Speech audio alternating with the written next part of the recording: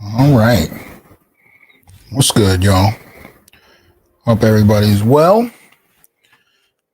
How's it going? Good to be back. Good to see the brothers up in here early. Much appreciated. You know what I'm saying?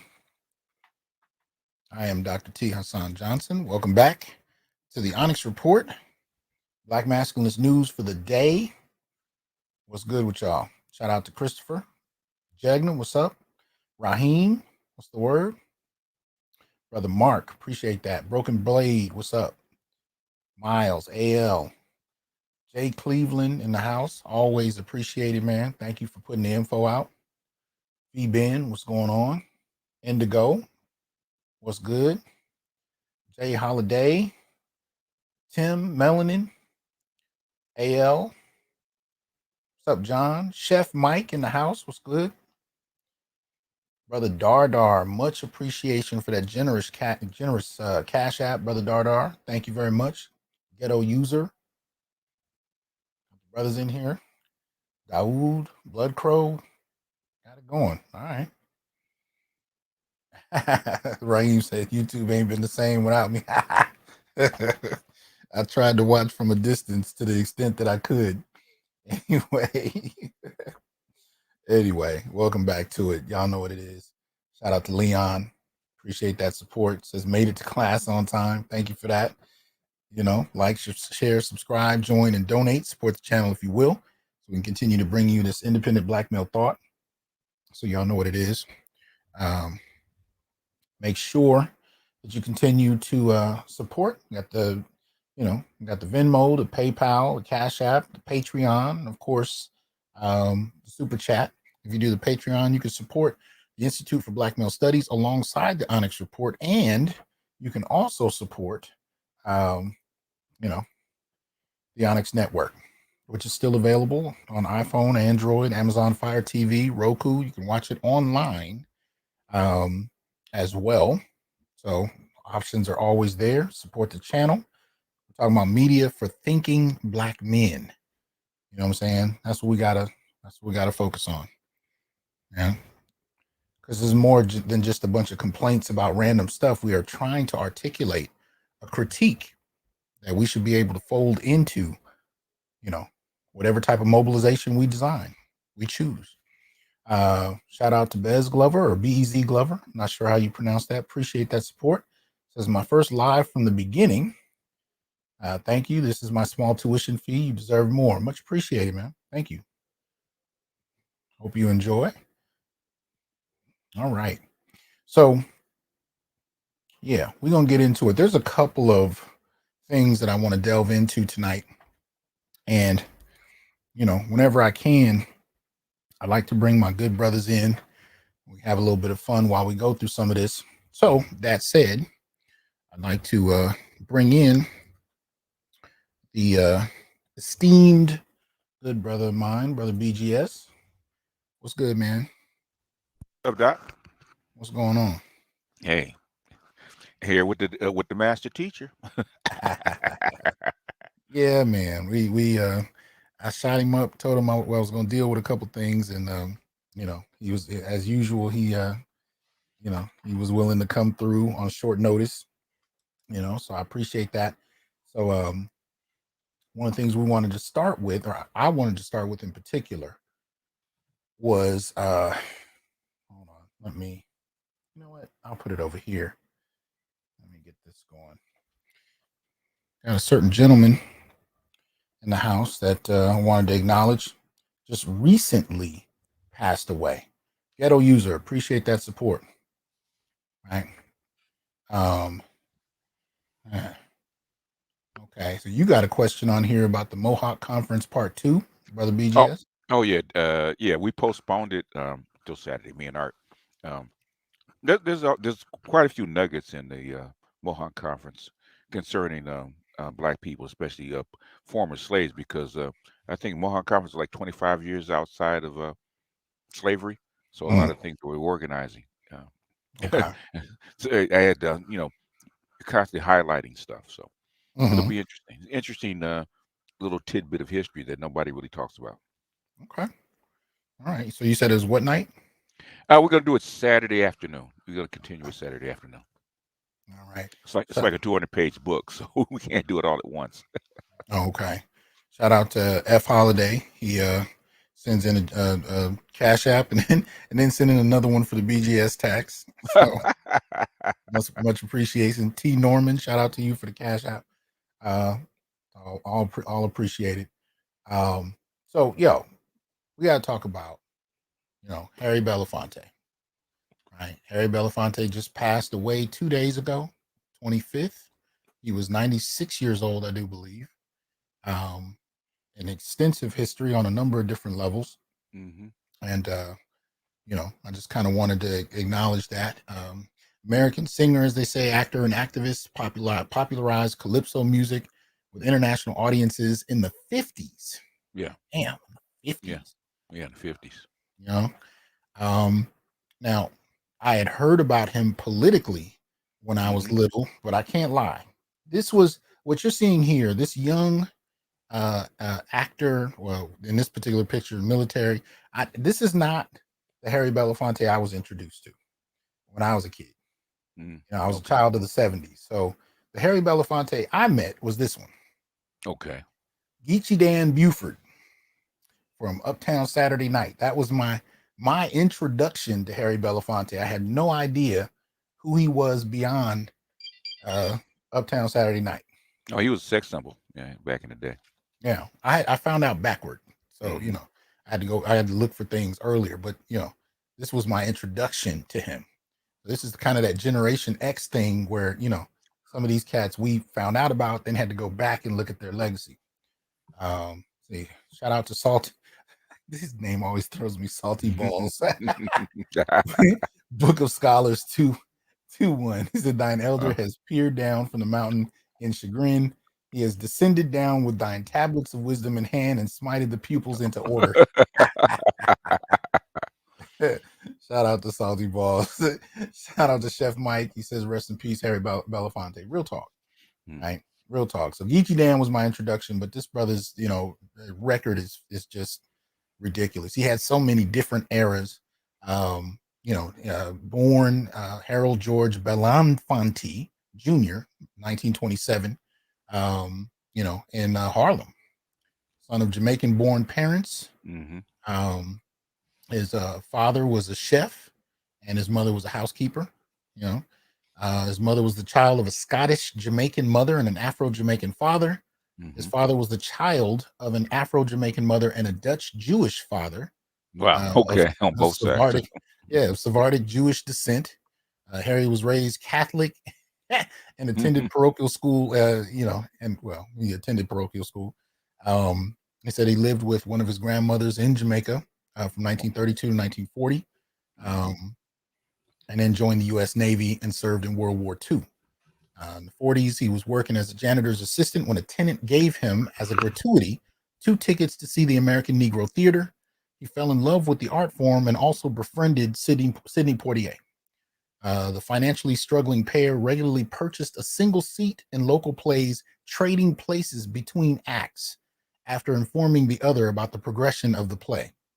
That's your boy right there. That's your boy. Anyway, he took acting classes from there in New York and began to perform in the American Negro Theater.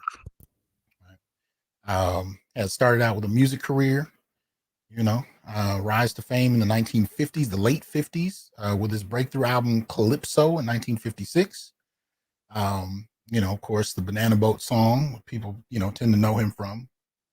And then it kind of goes from there. I wasn't going to go in depth through his whole history, but the brothers, as far as the entertainment end of it, even that was spectacular. I didn't. My other introduction to him, and I didn't know about this, was that he produced and scored the musical film Beat Street Oh, really? Okay. in 1984. He produced and scored Beat Street. I had no idea that Harry Belafonte did that.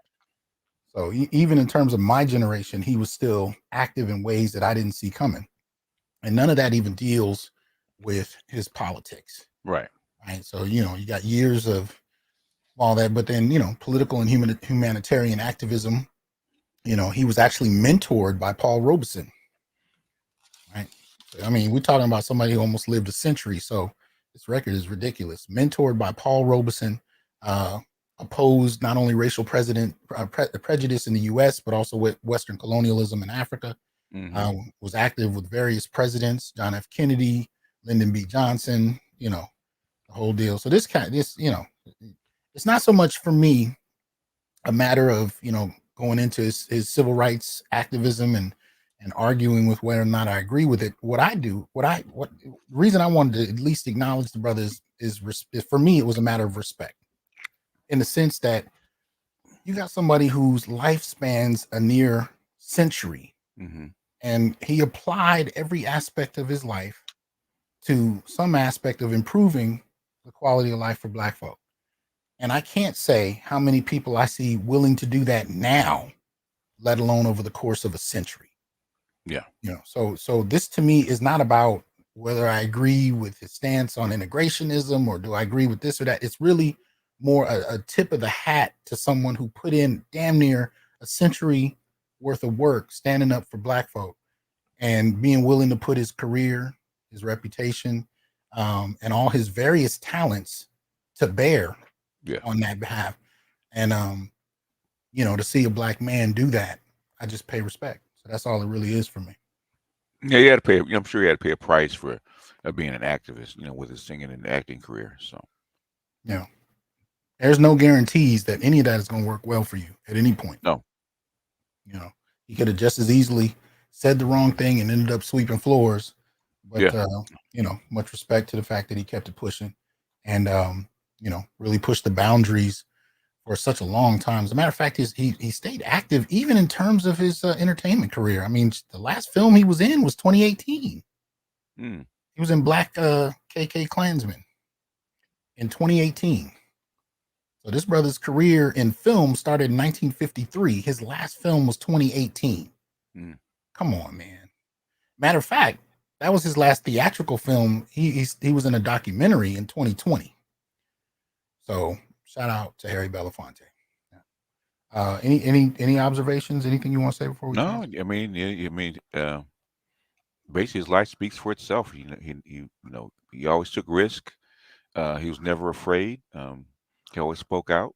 He was always out front, even including his love life, which is something that was uh, to some people troublesome. But just because you SYSBM doesn't mean that you're not down for your people. Yeah. Well, he was. It looks. I think he was married like 3 times. Let me see. The first one, he married Marguerite Bird in 1948. That Hmm. lasted about 9 years. They had 2 daughters. From there, he married. You know. Hold on. Let's see if I can put this up properly. Uh, come on. There it is. All right. There you go. You can see her on the right. His Hmm. second wife, Julie Robinson. Now the trip to this though is let me see where to go. Lost my place there. Okay, in 1953, he was financially able to move to Washington Heights in Manhattan, a white neighborhood.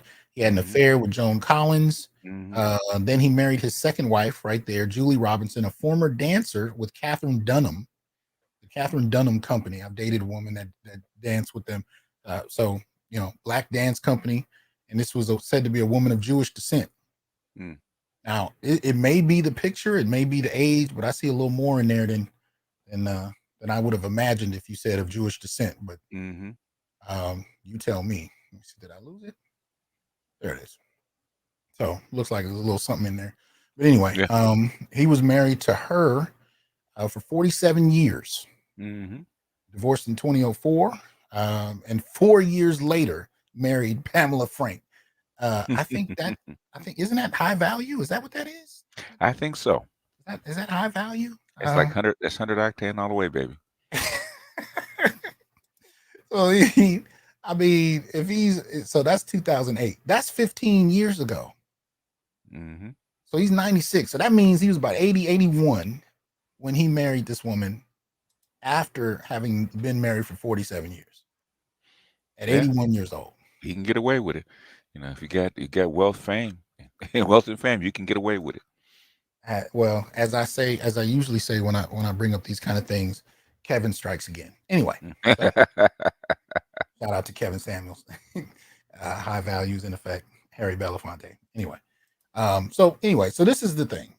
Shout out to him. But I wanted to transition and talk about something I ran across the other day, Hmm. and I thought it might be good to go through with my good friend here. So here we have a piece. Um, it's from Richard Reeves, Simran Calcutt, April 18th. So this is about a week old. It's entitled Racial Disparities in the High School Graduation Gender Gap. So this is fresh data, right? Hmm. Fresh off the hot plate. It's right here for you. So we're going to delve through this a little bit and look at what Richard Reeves has kind of found and see what we can make sense of in that regard. Um, there we go. It says in previous work, we showed the wide gender gap in one-time high school graduation rates for the states where data broken down by sex is readily available. Here we repeat this analysis with more up-to-date data for 36 states. So we don't have the full, set entirely, but 36 states is impressive and it's continuing to grow. So we're getting more and more data. We then Hmm. dig deeper into the intersection of race and sex. In this article, we analyze graduation data only for the 5 largest states where the data is readily available by both sex and race with cohort sizes. So California, Florida, New York, Michigan, and Virginia. He says our main findings in 2021, and once I read this bullet point, I want to get you to comment. In 2021, in the states with available data, about 89% of girls graduated on time compared to 83% of boys, a 6% point gap. Any thoughts about that? Yeah, yeah. Well, on the surface, you can tell that boys are behind, but it's not as egregious, as it used to be. So, Yeah. uh, And what they I and said, they haven't like I even said, gotten into race yet. yeah, but the devil's always in the details. Mhm. Well, let's see if we can find some more of them. Second bullet point, but there are big differences in the gender gap by race in the 5 large states, with a 9% point gap between Black and Hispanic girls and Black boys, Hmm. compared to a 4-point gender gap for white students and a 3-point gender gap for Asians. Right? It says in some states, the on-time high school graduation rates for specific subgroups are quite low. In Michigan, for example, only 61% of Black boys graduate high school Wow, on time, wow. compared to 75% of Black girls, 81% of white boys, 87% of white girls. Yeah, that's where the devil and the details come out. This is ridiculous, man. Hmm. 61% of black boys graduate. Now we do know from other stats that we've talked about before that there's a significant number of black males that get their GED. Right. So it's not to say that they're wholly, unproductive or any of that mess. It's just, especially in terms of college track, these are the kind of frameworks that help shape access. Now, one of the reasons I entitled this video "Differences in Black Life Options" is that a Hmm. lot of people don't understand. Even high school education is not just about education; it's also about socialization. Right. It's also about access. And Hmm. sometimes it's even about the relationships that help build your standing much later in life. Yeah. In other words, it sets you off on a different path. Yes, You absolutely. know, high school is really important because that determines what path you guys are going to be on. It's going to be on the upper middle class path, a working class path, or a lower class path. You Right. know, you can get locked in because it's hard. It's hard to make that up when in your 20s. It really is. It is. It's real hard to make up. Shout out to Salty Balls again. We'll let y'all read that anyway. Nine Yeah. heathens. I appreciate that, man. Anyway, so it says the fact that the data, let me get this out the way. The fact that the data for on-time high school graduation rates cannot be analyzed in this way at a national level because states are not required to report this data by sex Right. impedes our understanding of educational disparities by race and gender. Now, this is something I've been talking about for the longest, and this is actually in the Black male political agenda, where we ask for data disaggregation. We Hmm. ask for data to be produced with a nod toward both race and gender. So that way we can avoid flat blackness, right? Where we get these ideas about the black graduation rates, whatever rates are in question. Right. Often, if you don't disaggregate it by gender and race, we really don't fully get a picture of how these things affect black males. And my suspicion is on the issues that matter, most to us. We tend to find that when the black rates are low, Hmm. black men are the ones who are actually at the bottom. Right. You Right. know, Yeah. uh, shout out to Stylist 180. I see you, fam. But anyway, given the growing attention to these issues, for example, in the formation of the Commission on the Social Status of Black Men and Boys, this is a data gap that legislators ought to address. Girls graduate high school at higher rates than boys. Right? This is across race. Hmm. And people like to act like the fact that the majority of teachers are female has nothing to do with this whatsoever. Hmm. As if socialization and the ability to connect with your own demographic doesn't have anything to do with how well these kids are doing. Hmm. Yeah, which is a lie because like I said, they found that out back in 1916 that it does.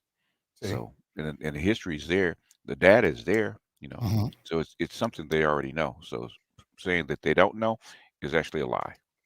Yeah. And they still say they don't know. It's Hmm. amazing to me. They will not admit You will that not this has admit an it. impact. Hmm. So white girls are doing the best, and white Hmm. female teachers are the largest majority of teachers. No A little, coincidence there. yeah, strange how that happens, isn't Strange how that happens, right? it? Because the data is not available nationally. Let me see. Okay. I think they're saying the same thing. We collected high school graduation rates by gender from individual states. Specifically, we examined the adjusted cohort graduation rate, the most precise measure of high school graduation rates, as discussed in the previous Brookings analysis on gender gaps in high school graduation. The ACGR adjusts for cohort changes such as immigration, transfer, and death, and is more reliable than its predecessor, the adjusted freshman graduation rate. All right. For the graduating class of 2021, only 36 states have readily accessible graduation data Mm, reported separately by sex. And I see what I'm saying. yeah, yeah. Only 36 states now, and the 36 states is a recent, development. It was fewer than that prior to, not long ago. So the data on the separation of sex is still newly being made available. Of those 36 states, 30 report cohort sizes accounting for approximately 74% of students nationally. The 2021 graduation rate across these 28 states was 89.1 for girls, 89.1% for girls, 82.9% for boys. Of course, 2021 was a year that was impacted by the pandemic, so these results and those that follow should be viewed in that light. Figure 1 shows the ACGR for boys and girls in 36 states with some graduation data for sex. So let me back this out. Well, I know it's kind of hard for you guys to see, uh, but here we go. So The light blue is for girls, the dark blue is for boys, and you can see for each state, right? The graduation rate. You got 70, 80, 90, and 100% at the bottom. That's breaking down the scale for you. And so even if you can't see it that clearly on the screen, you should be able to make out the general dynamic. You don't see one dark blue dot on the right side. No, you do not. So it is this consistent. It is pretty much a sociological fact across states that girls graduate high school on time to a greater degree. Right. 2021 data. There you go. Any thoughts about that? Yeah, I mean, this is why Reeves is showing this, man, because it used to be the opposite. Right. 50 years ago it was the exact opposite, and so had in the last 50 years had total flip, and what he's noticing is that, and it'll show up later in the article. What he's noticing is that this is something Moynihan was talking about in 1965, pertaining to black children and black boys. Now it's all boys. Right. And there's never been a period where we've seen, especially on a national scale, where black boys, have out-graduated or anything. Black girls, that's pretty consistent across race, but it's just gotten worse as far as that. Yes. Both the gender gap and the overall level of on-time high school graduation varied widely by state. New Mexico boys trailed girls by almost 9 percentage points in high school graduation, whereas in Vermont, the state with the smallest gender gap, boys were behind girls by just over 2 percentage points. But in every single state where data was available, boys' graduation rates lagged those of girls. Now, we've lately heard about the kind of fear that we're starting to see from institutions about what's going to happen with our boys. They're checking out. They're not wanting to work. They're not wanting to date. They're not wanting to marry. They're not even really pursuing women for sex to any great degree. Right. And people want to act like these things aren't connected. You cannot deprioritize boys for decades and then turn around and be surprised when they start to withdraw, or when they start to prioritize things that you don't measure as valuable to the society. Right. This is what we've been seeing happening. It's happening across the scale, and people are now starting to worry. What are your thoughts about that? Well, yeah, because and when it was just black boys, nobody cared. But Right. now when it's all boys, that have to maintain families and contribute to households and stuff like that, and they're not participating. Then if women don't get help, they're not likely to have babies. So it's probably going to see a decline in the birth rate. Exactly. And now it's not just in the United States; it's global now. Exactly. Shout out to the kosher clinician. Shout out to Queen Kalila. Hope you're well. Shout out to Passport OG. Good to see you in here. But yeah, this is what we're looking at. It's getting worse. Yeah, and they're starting to scramble out of fear. Yeah. But I mean, we've literally watched them deprioritize boys and tell boys they're nothing but toxic. Yeah. They're a problem. They're an annoyance. That women are annoyed by their presence, and this is boys and men. And I'm just wondering, how long you think you can keep a society functional by dismantling and dismissing your boys? Well, yeah, they think boys will always take it.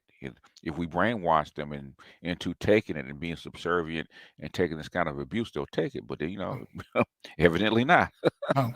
This is why I've been saying, not only the manosphere, not only the black manosphere, even black male studies, there are so many different movements of men that are happening now. And they're not all, directly connected, not observably. But the reason that these movements are taking place is that there's such a large legacy of, really just washing its hands of men and boys, that's actually what's causing this backlash in so many different areas. Yeah. It's a response to boys and men, being labeled as privileged, and then from there being disavowed while we overcorrect for women and girls. And the part of the problem, and this is something that feminists going back to the late 60s were a part of when they developed the kind of ideological scaffolding for making sense of gender. They made this flat male assumption that men as a category are privileged. But here's where it gets down to the muck. Even if you talk about white men, and that's not my research. I don't really deal with white men, but I'm saying even if you talk about white men, you can't place one label on even white men. there are white men on all kinds of different levels and all types of different contexts. And what feminists did is they Mm-hmm. took the CEO model Right. and they applied the CEO idea to all Mm-hmm. white men and to all men. So they said, since we have these CEOs who are in position, we got these politicians who are in position, we got presidents, we got, since we have all these elite men and Yeah. high order Right. positions, we need to overturn the table so the girls can catch up. But they're Oh, trying to catch up to the CEO, which is why feminists will tell you to this day that they are nowhere near done. They still demand that society over prioritize them because their model, their standard is the CEO. yeah. But Yeah. but But the CEO is not representative of men. But go the ahead. thing is what they found out is that women don't start corporations like that.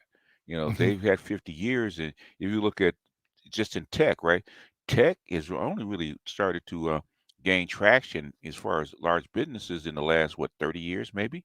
mhm, The thing is, and women have had access to technology, education, loans, money, all finance, and all that kind of stuff. The thing is, they're not making their own business. They want to take your business mm, without the risk. without They the want risk. to sit on your board Yeah. that a man starts. Okay, they don't want to start their own. I ran And across a quote. Oh, go ahead. Finish up. quit. No, that's the issue, man. That's the whole thing. And this, remember we talked about Phyllis Schlafly, even though Mhm, Phyllis Schlafly is not quoted as a feminist, but she's probably as feminist as you can get. Thing is, she mhm, didn't want to give up that patriarchal privilege. right. You know, she didn't Sacrifice. she, Yeah. she, she didn't want to sacrifice. Women, and what they're finding out, and I've read about 4 books, is that women do not want to sacrifice their lives for a business or for success. Mhm. They don't want to work that hard. No. Okay, most of them won't. They don't want to take care of a man and have a man at home because that's what they're saying. If you're going to be work 80 hours a week to be successful, okay, you're going to have health problems, heart problems, stress problems, Mm, and if you want a family, then you're going to have what like one lady called a lead parent. mhm. What they find out is they don't want men to be lead parents. They want to be taken care of. You can't Yeah. have both things at the same time. But that's the confusion because Hmm. they've been trained to require that, to ask for that. But the problem Hmm. is they don't fundamentally want it. So when Hmm. they get it, they're immediately unsatisfied with it. Yeah. And so and this drives men into a deeper frustration because even when you conform to what's Yeah. been asked of you as a man, to Right. be emotionally present, to stand back and let her shine, all of these various concepts, she will punish you, and so will the society. We covered Yeah. this a couple shows ago when we talked about the gender reversal in families. You will be punished for playing the role that you've been trained for in school, Right. and that women have socialized you, from mothers to the women you want to date to Right. to women in society. You will be punished for playing out the role you've been asked to play and trained to play. Hmm. You'll be expected to play the role of the leader, the provider, even though you haven't been trained for it anymore. Right. You'll be punished if you try to do it, and yet people still expect it of you across the Yeah. board. Yeah. Even women that are making, and we talked about this from the article we read then, even when you're dealing with women making 6 figures Yeah. and 7 figures, they Yeah. still expect you to make more than them, because what reports found is that when women, high earning women, married, especially men who made less than them, their primary frustration is that they didn't feel like they could rest. Hmm. They felt that if they stopped working, everything would come crumbling down. So their requirement remained men that earned more than them. Right. Right. And they had never been socialized to be wives. They'd never been socialized to prioritize their beauty or Yeah. anything else men value. Yeah. Or their families or their children. Yeah. No, yeah, they were told to prioritize their own wants. Yes. And so this has led to more than a few schisms between men and women, Yeah. in terms of social expectation and all these other things. And Yeah. so men, oh, go Yeah. ahead. I was gonna say because Young Grizzly just did a video today about dating. Like he's in his late 30s, and he makes a fair. He's a 6-figure earner, and what he was saying is that dating and mating is no longer fun. Mm-hmm. Okay, and they said if you wanted to date with intention or something like that, he'd date up his boss. But Mm, the thing is that it's just no longer fun. It's no longer rewarding to actually go out, date, and look for a wife or court and look for somebody because you don't enjoy that person anymore. yeah. Well, and let me say this. Hmm. One of the reasons I focus on these kind of issues, you notice I'm not a dating coach. I'm not up here to tell y'all how to get women, how to do whatever. I Hmm. focus on these issues because, in my assessment, Hmm. this has been the undoing of the Black family.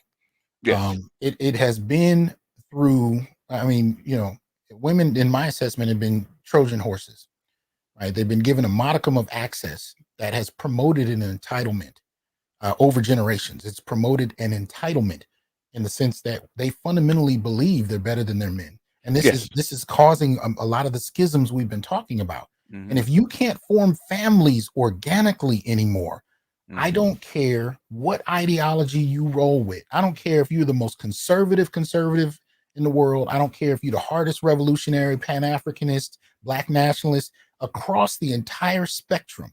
No ideology for upliftment or liberation or progress can function if you can't reproduce Right. in an effective, coherent, um, uh, uh, functional manner. Mm-hmm. It will not work.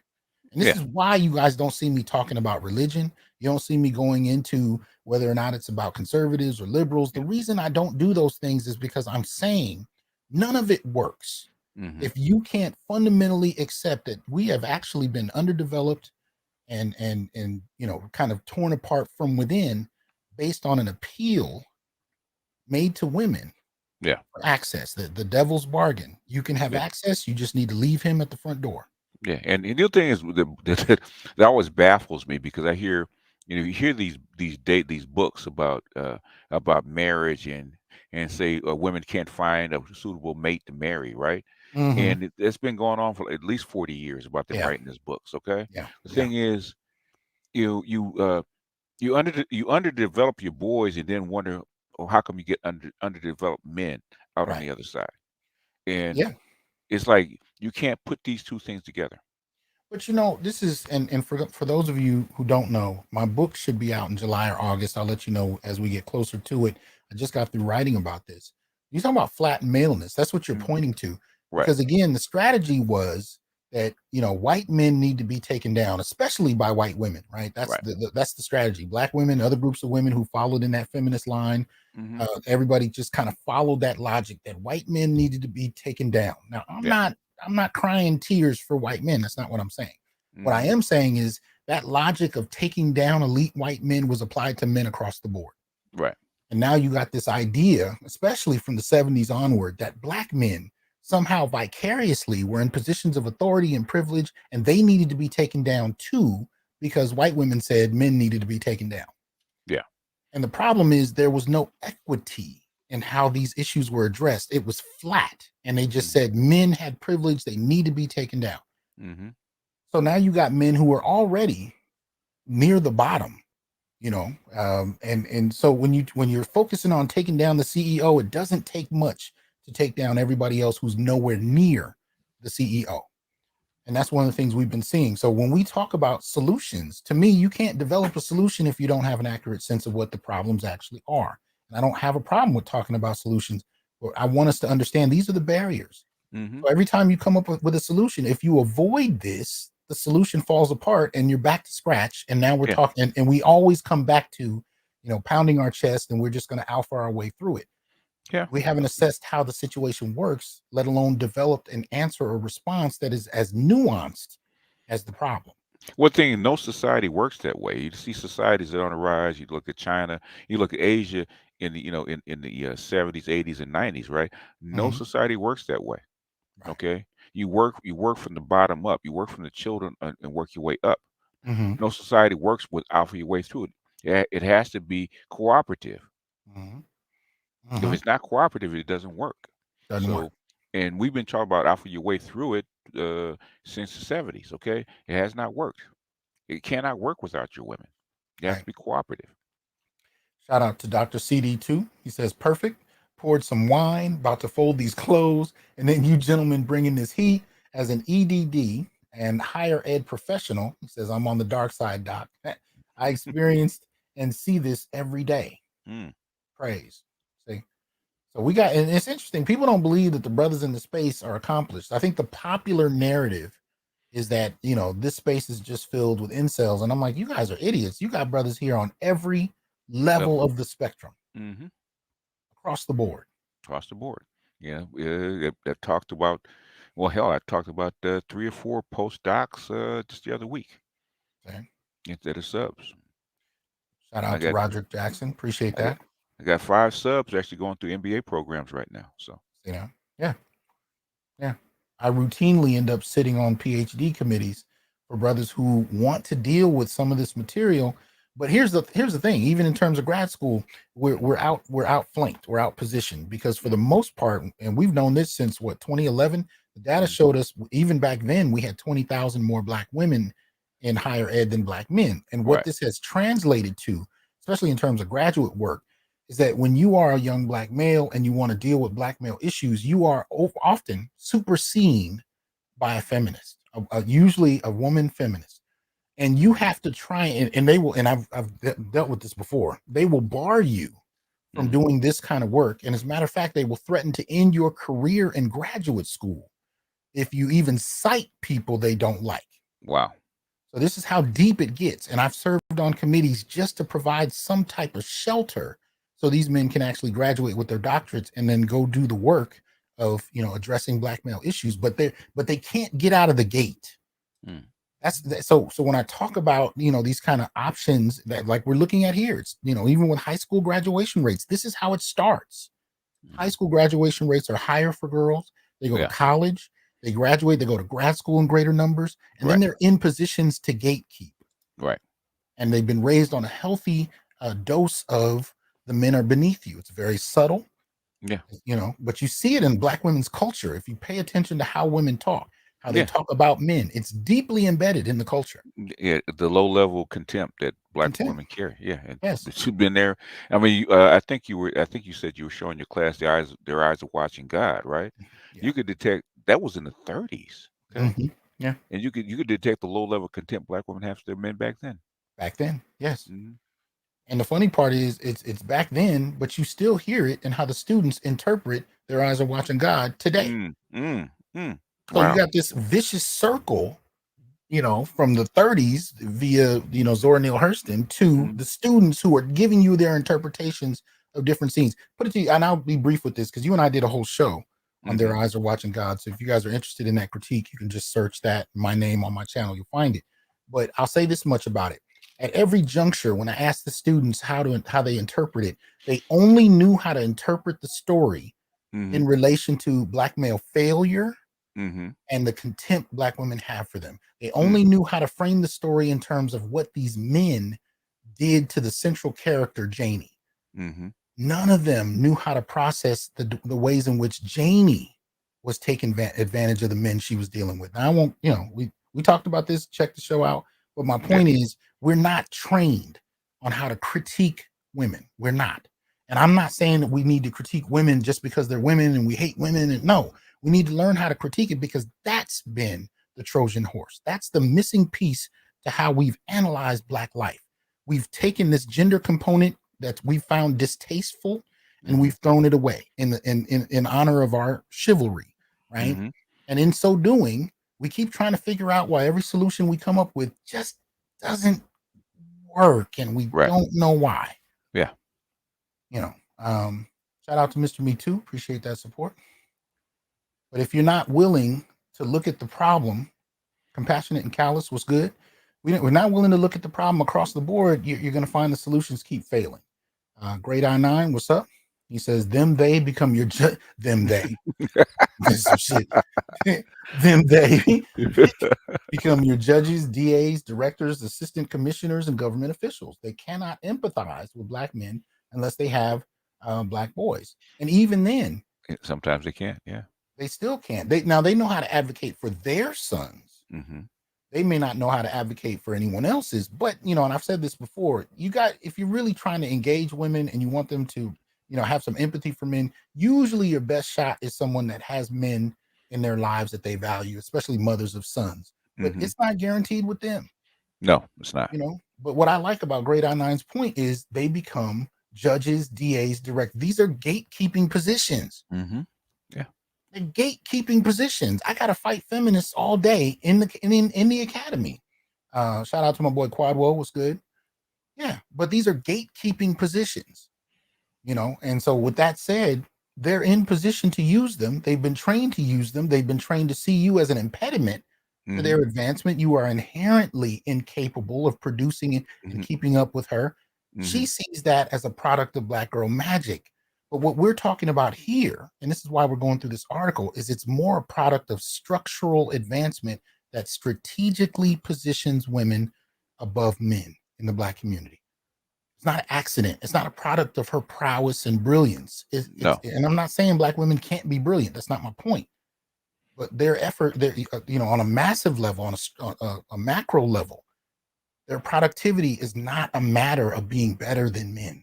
It's a matter of being given access. Yeah. And I want that to be understood, because they want to come around and say that you guys are failures if you can't do what I do. No, it ain't about failure. It's not about failure. If you're driven to a location and I got to walk there, and then you turn around and say, well, I got here so much faster than you. You must be weak. No, you were in a car. Yeah, well, I got here at 8 o'clock. I'm Superwoman. No, you got driven here. I had to walk. Well, you're slow. No, I'm not slow. I just had to walk. We're supposed to be working together. See that? It's supposed to be the idea of not competing. And we're one of the few groups of men that are women actually compete against us, have competitors for women. Right. Shout out to Mr. Donnie Max. His BS and MS in STEM, just got back in town from PM boot camp training. It was like pepper on mashed potatoes. Luckily, no Black women gatekeepers in opposition. Damn. He said pepper and mashed potatoes. That's a cold analogy, boy. Oh, boy. Yeah, it's like that. I've been in those rooms. Shout out to Queen Kalila. She put the link for their Eyes Are Watching God in there. So go ahead and check it out. So getting back to the article. So much bigger gender gaps for Black and Hispanic students. Of the 36 states with readily accessible data on high school graduation by sex, just 10 of those states provide information by race, sex, and cohort size. Here we focus on the 5 largest states that have high school graduation by race and sex, along with cohort sizes: California, Michigan, New York, Virginia, and Florida. The average graduation rates by race and sex across those 5 states are shown. So here we go. The dark line are boys, the light blue line are girls. All right. This is what we're looking at. So big race and gender gaps in high school graduation rate. So again, consistently across the board. Yeah. Look who's at the bottom. Yeah. Isn't that a trip? Isn't that a trip? I didn't see that coming. Yeah. White and Asian students more likely to graduate high school on time than Black and Hispanic students. There's a big difference in the gender gap by race. The gender gap is highest among Hispanic and Black students at 9 percentage points compared to white students, with a roughly 5 percentage point gap in high school graduation.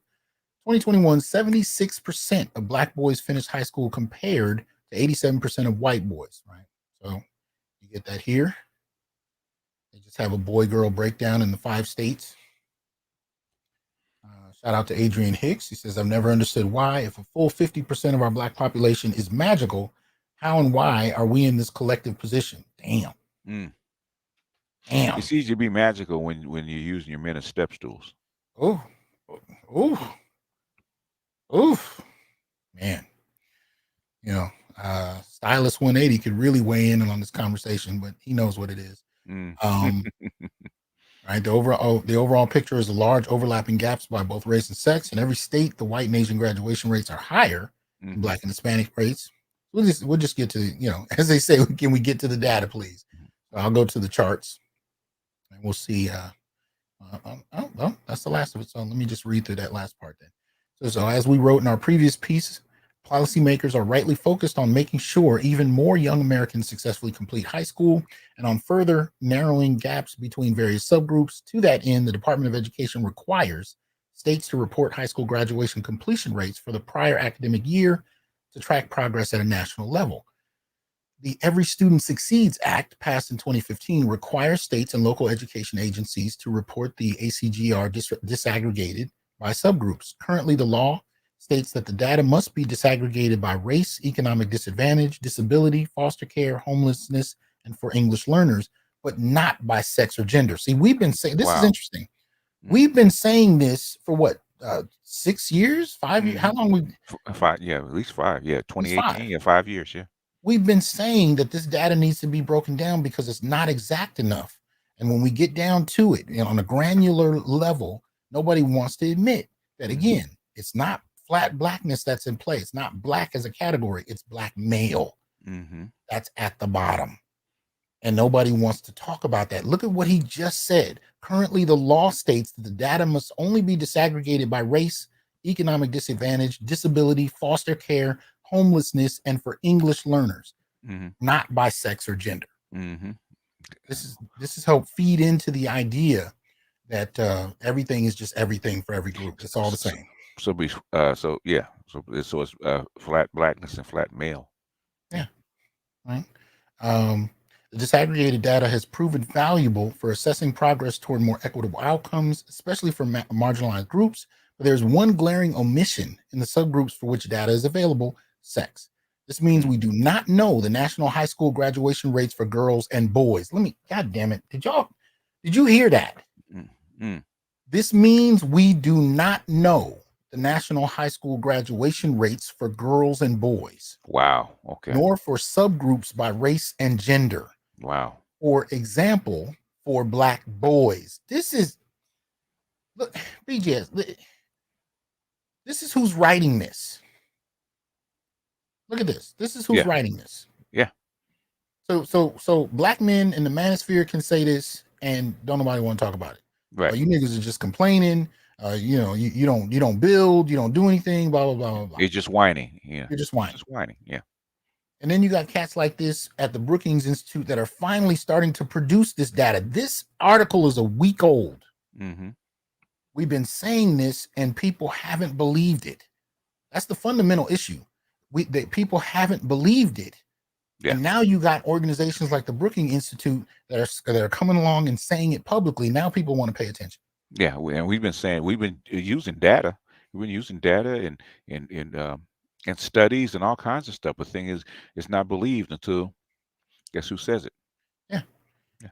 And mind you, we also have demographics in the black community in particular that have wanted to downplay what Mhm. we've been saying, because their view is if you separate black boys and girls, if you Mhm. separate black men and women in terms of looking at the data, in terms of talking about our situation, that this is somehow going to adversely affect both the women and girls and the Mhm. community. Yeah. And because it'll be a damage to women and girls in the community, you should just be quiet, suck it up, and everything will Yeah, be yeah, fine. yeah, because it shouldn't be about the girls, shouldn't be about gender, it should be about race, and you need to fight the white power structure Exactly. But anytime it comes up. when you see these programs that have been developed for black girls, for black women, Mhm. nobody then says, you know what? It should be about all of us. It should be about the men. It should be about the boys. Nobody says that, most Mhm. particularly the women and girls. Yeah, Nobody says that. yeah, They're fine with this bifurcated treatment when it comes to receiving something. mhm. But when it comes to the possibility of black boys and men being actually studied, now we got to all be black. Y'all gotta be black. What again? Well, you I think you said this before in seminars, right? In when you give talks about highlighting the problem with black boys and what they're up against, and then what's always the refrain? Somebody will stand up and say, "What about the girls?" What about the girls? Mhm. Shout out to Mr. Me Too. He says the white man's data is colder. I have to agree. It is. That's a cold line. I'm It's a cold sorry. line. I'm gonna have to take that from you. I might have to present on that, man. You know what? God damn it. Let me see if I can change the title of the book. Shit, this white man's data is colder. Colder. That's the name of the book. God damn it. That's a cold line. Shout out to you, Mr. B too. You think I'm playing? I'm contacting my publisher. God damn it. That's a cold line. The white man's data is It is cold. colder. Woo. Shout out to Quadwo. Says I've noticed that about all kinds of data sets that I've tried to find online. Yeah, Yeah. a lot of them they will not disaggregate. Again, I think that might actually be the 17th point in the black male political agenda, that the data be disaggregated. Yeah. By race and gender. Yeah. So you can see the short list here. Oh, it's actually the 16th, right? So you go down to 16, data disaggregation. This is the black male political agenda. And you can see it. We're calling for this. Again, this we wrote this in 2020, and kept adding to it. We're still adding to it. Anybody has an idea they want to add to the black male political agenda, please do. But understand now. Here's here's my theory, and I think BGS probably agrees with it, but he'll tell us in a second. My theory is that more of these groups pay attention to us than you want to believe. Mm-hmm. More of them do. I'm not saying necessarily the Brookings Institute. I'm saying more of these groups pay attention to what we're talking about than you think. Mm-hmm. And they're not going to give you credit. They're not going to give us credit. So No. we tend to believe that since we're not credited, we just, some niggas on YouTube talking and nobody cares. That's not what's going on here. They're actually paying attention, and because you see the parallels, they're a little too close, but Yeah. they won't admit it publicly. So I'm saying that to say, however, I'm not crying that they're not acknowledging me. What I'm trying to get us to understand is we got to keep pushing the boundaries. We got to keep talking about what's important. We got to keep coming up with new ideas, having new discussions, coming up with new solutions. I don't Mm-hmm. claim to have all the answers. I don't. I have some ideas, but really I want to generate a conversation with a particular subset of men that have been excluded from the conversation. And I want us to generate ideas. But the point is, whether we like it or not, this is public media. People are listening more than you think. And we're starting to see these policy ideas happening. Mm-hmm. You know what I mean? We were talking about, what was it, a couple of weeks ago? We were looking at paternity fraud, and we were talking about mandatory DNA testing at birth. Mm-hmm. Mm-hmm. Aren't Yeah. we hearing more about that from Now, politicians themselves? now we are. Yeah. Yes, we are. What feminist groups you know of push forth that idea? In fact, they're pushing against it. Exactly. Exactly. So, when you guys keep asking me questions like, well, what are you going to do? What are the ideas? We're already doing it. Mm-hmm. I'm not saying we should stop here with just making YouTube videos, but I'm just saying don't get it twisted. The conversation is not irrelevant. It's part of the solution. Yeah. Yeah. You know, It's always especially in the black manosphere, that if you're not doing something on the ground, then it's not relevant. And I always say there's more than one way to actually slice a cake. yes, Okay. yes. Shout out to Shay Sade doing some good work over there, lady. Mm-hmm. Appreciate that. Shout out to Jail Block 30. The word is definitely getting out. Yeah, it is. It is. And I'm even starting to see it very on a low level. I'm starting to see it in the academy. I've had Mm-hmm. a couple of conversations just in the last couple of weeks with brothers on different campuses. Because again, I told you guys, part of why I've been gone is not just that I had to finish the book. It's also because I'm sitting on two search committees, and what that means, if you don't know, we're in the process of hiring somebody. It is a big process at a university to do so.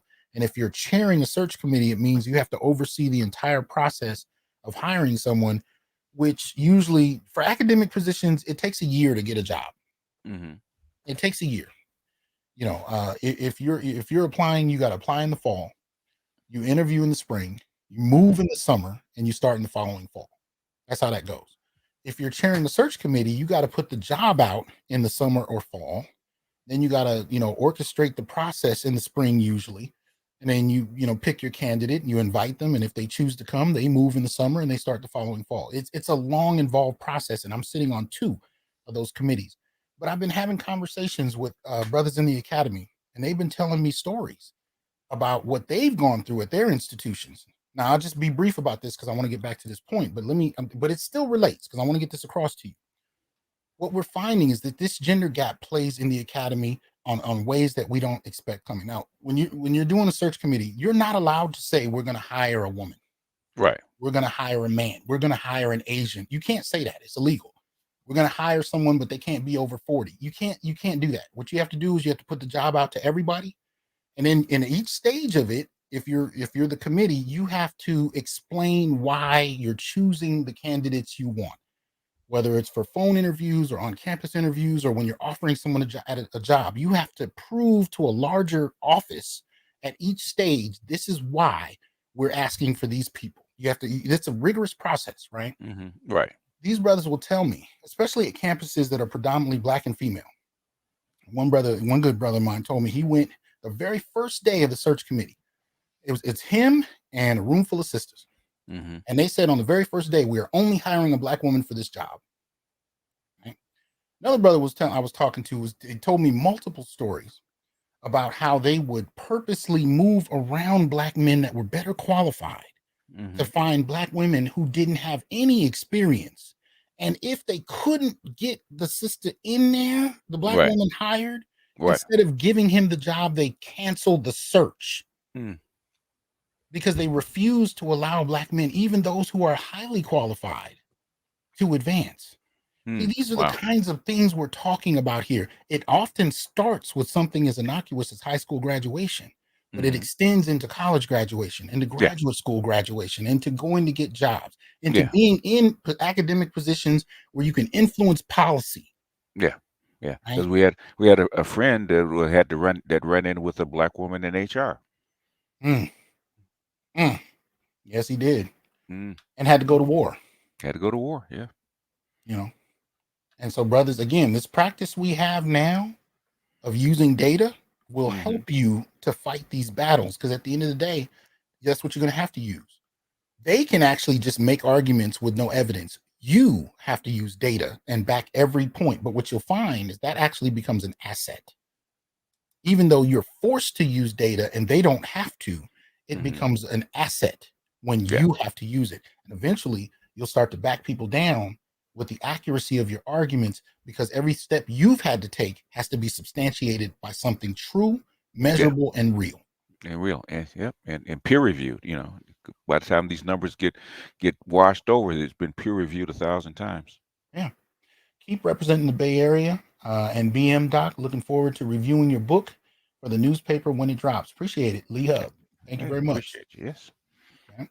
Um, yeah. So they're talking about disaggregation. We've already been pushing this, but I'm glad they're talking about it. So it's one thing for me to say, or for us through the Black male political agenda to say the data needs to be disaggregated.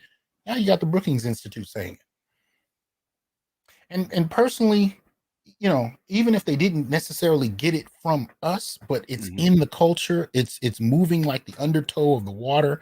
Hmm. If that's what's generating it, it doesn't fucking matter Mm. because you're participating in the momentum that's changing how institutions function. And as long Hmm. as they start to address your needs, doesn't have to be that it comes directly from you as an individual. Right. It has to just be that it changes Yeah. so It that it we does. can actually take advantage of it. It doesn't have to have your name on it as long as it benefits you. Yeah. Yeah. Imperfect says, I can highly attest to this. Out of a lot on, he said, I out a lot on multiple ops and horticulture over black women who fit a better marketing campaign. Okay. Mm. I'm not going to say I completely understood that, but I think I understood the spirit of it. Um, that might be my ignorance, though, so no shade on Imperfect. He says, black women fit a better narrative in horticulture and agricultural ops despite Oh, the yeah. dozens of black male eco-environmental ops which defies their narratives. Okay. In other words, yeah, the optics are better for black women because the nature of it, if you're going to get money, Hmm. contracts, stuff like that, yeah, they Exactly. opt out for black women Yeah. because it's a better the ops are better. Yeah. I mean, again, we saw that in during the pandemic when they were doing everything from PPP loans to Hmm. small grants for family businesses. You had brothers that had to put women as the face of their company in order to Hmm. get resources Hmm. and support because black women could get it readily. Hmm. Men had a harder time, black men in particular. So, um, now there's another thing I wanted to show us. I'm not going to read through this whole article, but this is another one from Brookings, and it's another one written by Richard Reeves, except this one was written 8 years ago. Single black female BA seeks educated husband, race, assortative mating, and inequality. Mm. Now, the reason I'm pulling this up. So we just looked at the disparity in the race and gender high school Mhm. graduation rates, and Mhm. that has implications long term in Mhm. terms of education. Trust me, Mhm. if you didn't finish high school confidently, college is 10 times harder. Yeah. Right. So this is about acculturation. It's about socialization. Graduating high school is not a nominal thing. It actually plays out into transitioning into other fields. Mhm. Um, and we'll get to that in a moment because I'm not saying at all that going to college is the only way to go. And I think there are solutions Yeah. in black men being creative, diverse, and in all kinds of different fields. I actually think that's a strength on our Yeah. part. Yeah. um, but it still has a lasting impact. But I want to show you a couple charts, and I want BGS to weigh in because as soon as I looked at him, I said, I got to call my boy. He's going to have fun with this. So, figure one, race, gender, and education. Right? The dark blue is for high school or less. The middle blue is for some college. The light blue is for a bachelor's degree or more. Starting from the left, you got white men, white women next to them, black men next to them, black women next to them. What do you see? So we went from high school. That's Now we're cool. Yeah. looking at college Right. Oh yeah. Yeah. You can see a disparity at every level. at every level. At every level. Yeah. Now, see, if these categories weren't disaggregated and it just said white and black, it's like, okay, well, we know, black people are not doing as well, especially in terms of Hmm. education. But what helps us make the arguments we're making, even in areas that don't seem like it has anything to do with education, what helps us make the arguments is there's Hmm. a consistent maligning of black men in terms of what the data says. And I shouldn't say maligning because it's an offensive thing that's being made up. It's a reality of where black men are. And I need us to understand it, because when we start thumping our chest, talking about pulling ourselves up by our bootstraps, if you don't take this into account, you're going to Hmm. wonder why them bootstraps never work for you. They work for the one guy or the two guys on YouTube, or maybe even a handful that get together and share war stories. And that's great. I'm one of them, but it doesn't work for the majority. And that's the difference. That's what I'm trying to talk about. I'm not Right. trying to talk about the couple guys on YouTube that are making six figures. That's great. I'm happy for them. I'm talking about the collective. This is the collective. This is the collective. And I'll say this before we move on too. If you are discouraged in elementary school, middle school, and high school, if you're Right. taught that you're irrelevant and you're incapable and you're not worth being invested in as a student, you mean to tell me that's not going to impact you when you leave school and do something non-traditional? Yeah. Yeah. Basically, it, you're an educator, and you have to start forming habits with children at 3. Okay, especially in this Yes. complex society. So Yes. if you cannot wait till that man gets 18, 19, and 20, Mhm. because he can't go back and repeat 20 years of education, Exactly. of habits. He's already formed his habits. Shout out to Aaron. Aaron, appreciate that support. See, and I wanted to say that because I always get the brothers to say, "Well, look, Doc, college ain't the way," and you're right. It doesn't have to be the way. No. But I'm saying, we've never been socialized as a group to think of ourselves in a particular way, Y- right? So Yeah. even if you don't go to college, even if you go do something creative and different, which I'm happy about, Yeah. we still have to deal with the fact that we've been socialized to be on the low. We're socialized to Yeah. be the least productive.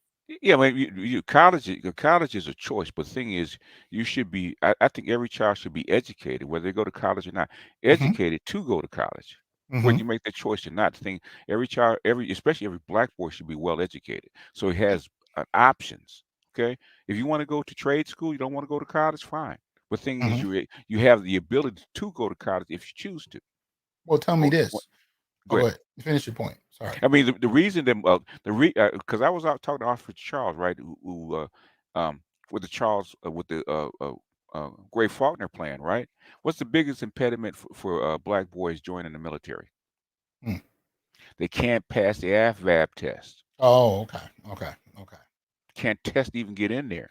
Yeah. Okay, Yeah. if you can't read or write it and do math properly, how are you going to fare in trade school? Right. Right.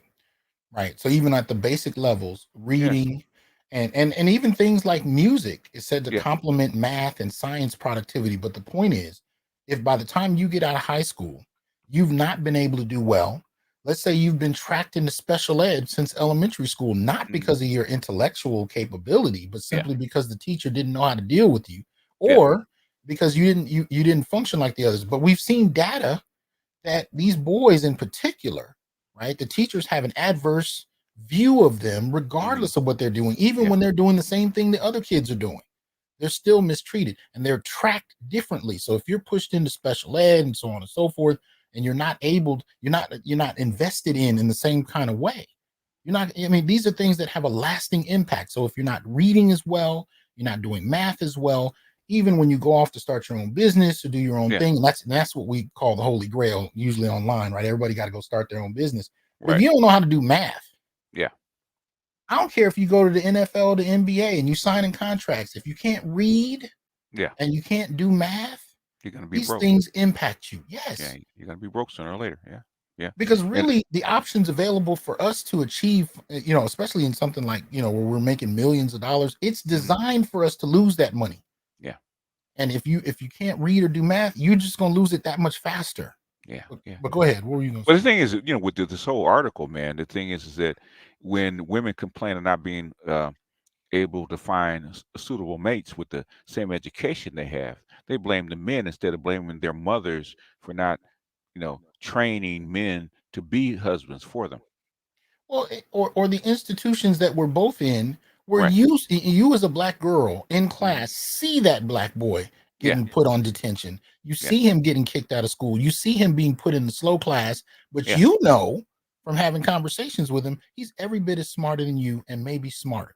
Hmm. I remember Keep It 100. Marcus used to tell me stories about that, where he could run circles around his sisters and his family, Hmm. but the idea was that somehow he wasn't as capable. And go to Marcus's channel; he'll give you the exact story. If I messed it up, Marcus, forgive me, Hmm. but it was something along those lines, and that was very reflective of what I've taught, what I've heard from a lot of black men, even in families, and we've seen data around this as well. The investment in what black males are capable of is not there.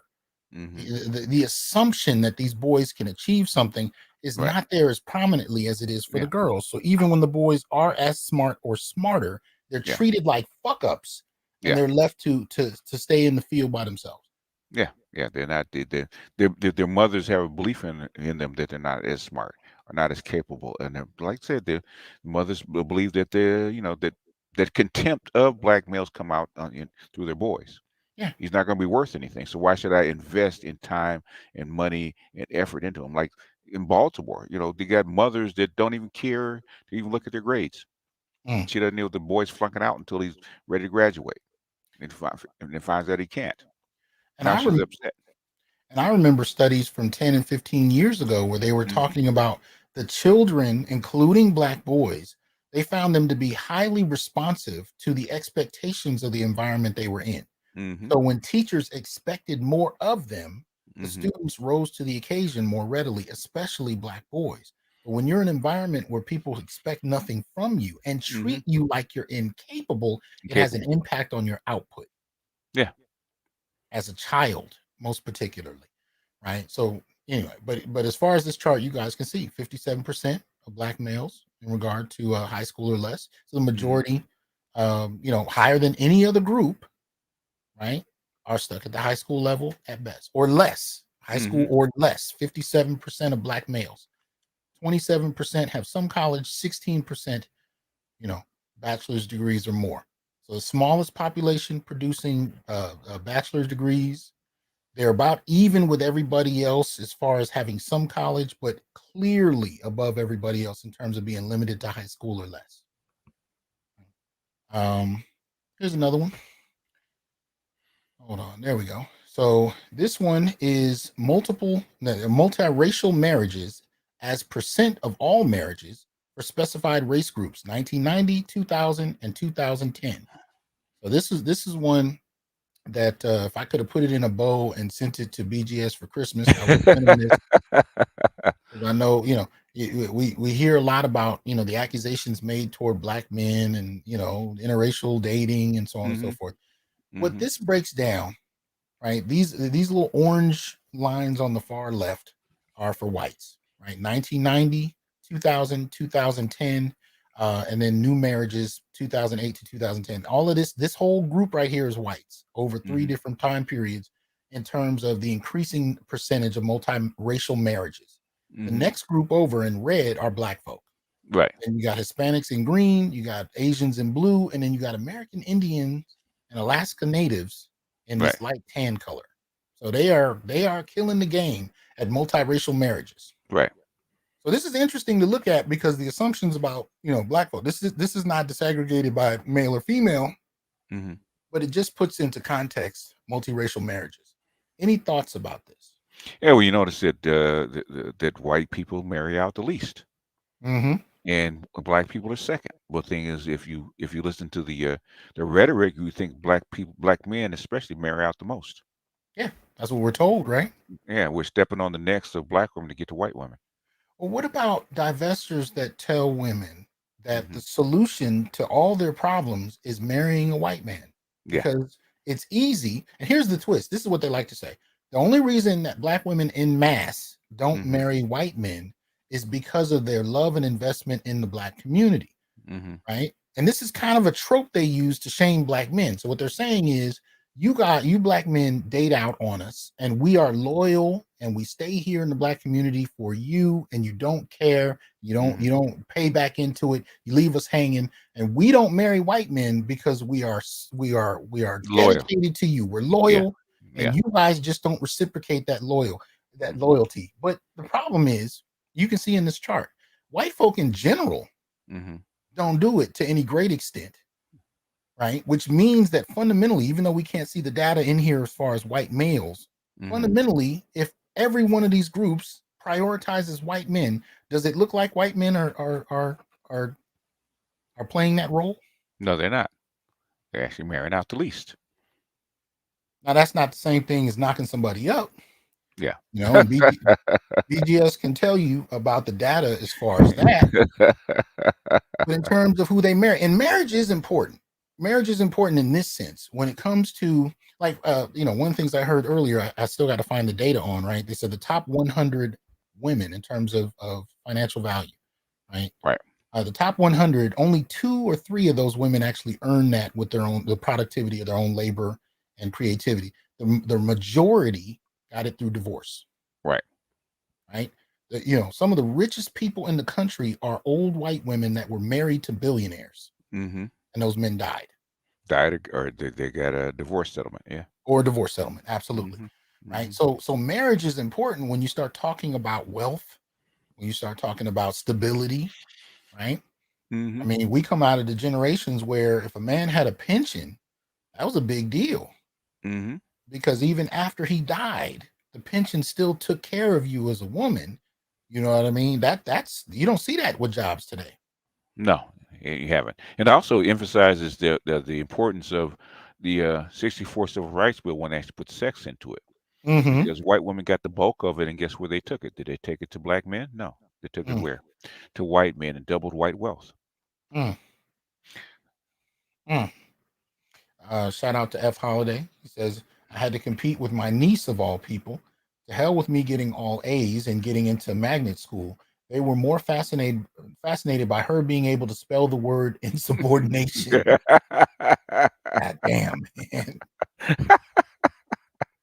Yeah, man, that's a cold game. Yeah. Here's another one for you. Race gaps in marriage rates for college graduates. So you see white on the left, black on the right. Hmm. Right? So the bottom dark blue is married level. It says up. The slightly lighter blue is married down. The lightest blue is never married, and then at the very top, previously married. Mm. Wow. So 60% of Black America, it looks like, never married. Hmm. Who's at the bulk of that are educated? Mm, yep. Who said they will never what? Hmm. Marry down. So I'm Yeah. sure that dark blue. I mean the medium blue is the men the black men that have education and marry down, Mm, okay.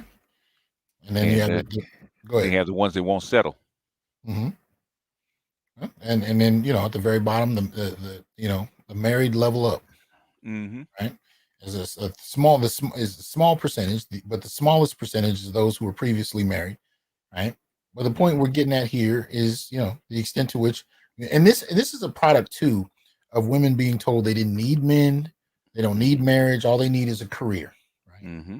And the career would make them happy. And so, and if he didn't make more than you, and he didn't have all these other accoutrements, Yeah. from 12-pack abs to the Yeah. $300,000 car, if he didn't have the mansion, if he didn't have all that, he wasn't worth marrying anyway. So If this he left a lot of people unmarried. if he didn't have all the sixes, okay. All the sixes, right? Hmm. Which sometimes are fucking nines. But anyway, but so tell me this though, right? Hmm. When we talk about these groups that are never married, what happens when they hit a pandemic? What Wow. happens when they hit a great recession? Mm. Again, and I'm not telling men to marry, but I'm saying because there's, we can get into, family court, and we've seen what happened to Tyrese this week. Mm-hmm. We're seeing man after man after man going through these experiences, and we only hear about the celebrities in the news. Nobody wants to report on the guy, across the street from you. But the reality is, this has been happening to men for decades, Right. generations. But when we talk about this whole idea of not needing to marry, not even seeing men as being worthy of that, what happens when they hit a recession or a pandemic? Yeah, women get hit the hardest during a recession or a Yeah. pandemic. That's what you saw, in with the COVID.